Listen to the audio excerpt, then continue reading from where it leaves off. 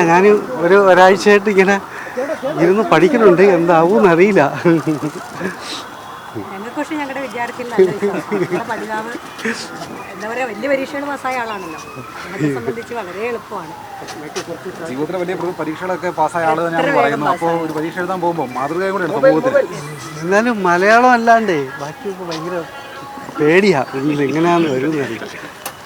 മറ്റൊരു കാര്യമാണ് ഇപ്പോൾ ഈ ഹേമാക്കോന്റെ റിപ്പോർട്ടുമായി ബന്ധപ്പെട്ടുകൊണ്ടേ സിനിമാ മേഖലയിൽ വലിയ ചർച്ചകൾ നടക്കുന്നു. അപ്പോൾ അതിനകത്ത് അങ്ങയുടെ പ്രതികരണം എന്താണ്?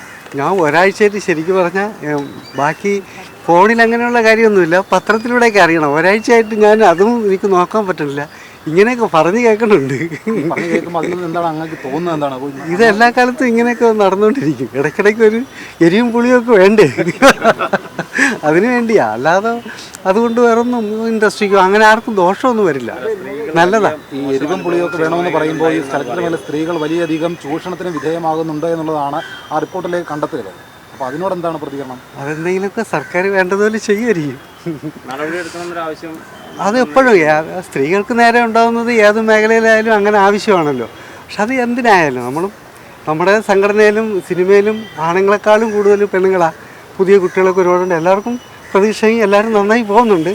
പിന്നെ പരാതികൾ ഇടയ്ക്കുണ്ടെങ്കിൽ അത് അന്വേഷിക്കുകയൊക്കെ ചെയ്യട്ടെ. അങ്ങ് കുറേ വർഷമായിട്ട് ചലച്ചിത്ര മേഖലയിലുള്ള ആളാണ്. അപ്പോൾ ഈ പുതിയ നടിമാരുടെയൊക്കെ വാതിലിൽ വന്ന് മുട്ടി എന്നുള്ള ആരോപണങ്ങളൊക്കെയാണ് അവർ പറയുന്നത്. അത്തരത്തിൽ എന്തെങ്കിലും അനുഭവം ആരെങ്കിലും വന്ന് അങ്ങോട്ട് പറഞ്ഞിട്ടുണ്ടോ? അതറിയില്ല, സത്യമായിട്ട് ഞാൻ മുട്ടിയില്ല. നമുക്കറിയില്ല, നമുക്ക് ഇതിൻ്റെ ഉള്ളു. പിന്നെ ഉറപ്പല്ലേ, അങ്ങനെ ഉണ്ടായി അന്വേഷിക്കണം അല്ലേ, പിന്നെ നല്ലതല്ലേ. മറ്റൊരു കാര്യം, ഇപ്പോൾ രഞ്ജിത്തിനെതിരെ ഒരു ആരോപണവുമായിട്ട് ഒരു ബംഗാളി നടി രംഗത്ത് വന്നിട്ടുണ്ട്. ഗുരുതരമായിട്ടുള്ള ആരോപണമാണ്. അവർക്ക് നേരെ ലൈംഗികമായിട്ടുള്ള തരത്തിലുള്ള പെരുമാറ്റം ഉണ്ടായി എന്നുള്ളതാണ് അവർ പറയുന്നത്. എനിക്ക് ശരിക്കും ഇപ്പോഴുള്ള പുതിയ മലയാളി നടികളെ പോലും അറിയില്ല, പിന്നല്ലേ ബംഗാളി നടി. ചലച്ചിത്ര അക്കാദമിയുടെ നേതൃസ്ഥാനത്തിരിക്കുന്ന രഞ്ജിത്തിനെതിരെയാണ് അത്തരം ആരോപണം. ആർക്ക് വേണ്ടി എന്ന് പറയാമല്ലോ, പ്രധാനമന്ത്രിയുടെയും മുഖ്യമന്ത്രിയുടെയും ഒക്കെ പേരിൽ ഓരോരുത്തർക്കും എന്തും പറയാമല്ലോ. പെട്ടെന്ന് അറിയുന്നതും അതല്ലേ, നമുക്ക് ചർച്ച ചെയ്യാൻ എളുപ്പവും. അങ്ങനെയുള്ളവരെ കുറിച്ച്, നേതൃസ്ഥാനത്തേക്ക് ഇരിക്കുന്നവരെ കുറിച്ച് വിരൽ ചൂണ്ടുമ്പോഴല്ലേ. എനിക്കതിനെക്കുറിച്ചൊന്നും അറിയില്ല.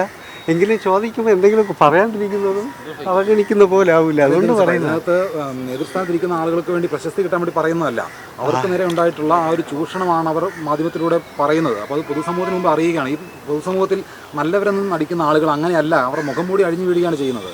അങ്ങനെയാണെങ്കിൽ തന്നെ നമ്മളൊക്കെ ഇല്ലേ വിടുവോ അവരെ? നമുക്ക് നോക്കാം. അതങ്ങനെ ഉണ്ടാവുമല്ലോ.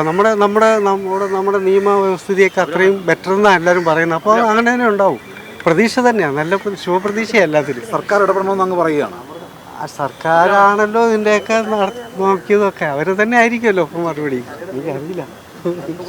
പരീക്ഷ ഉഷാറായി എഴുതട്ടെ. Thank you.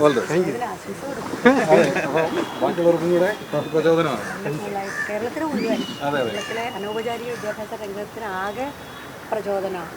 അദ്ദേഹം ഇപ്പോൾ 7 മാസമായി, ഇനി 10ാം ക്ലാസ് പഠിക്കും, ഇവിടെ തന്നെ ഹയർ സെക്കൻഡറി പഠിക്കും. അപ്പോൾ അങ്ങനെ പഠിക്കാനുള്ള ഒരുപാട് കുട്ടികൾക്ക്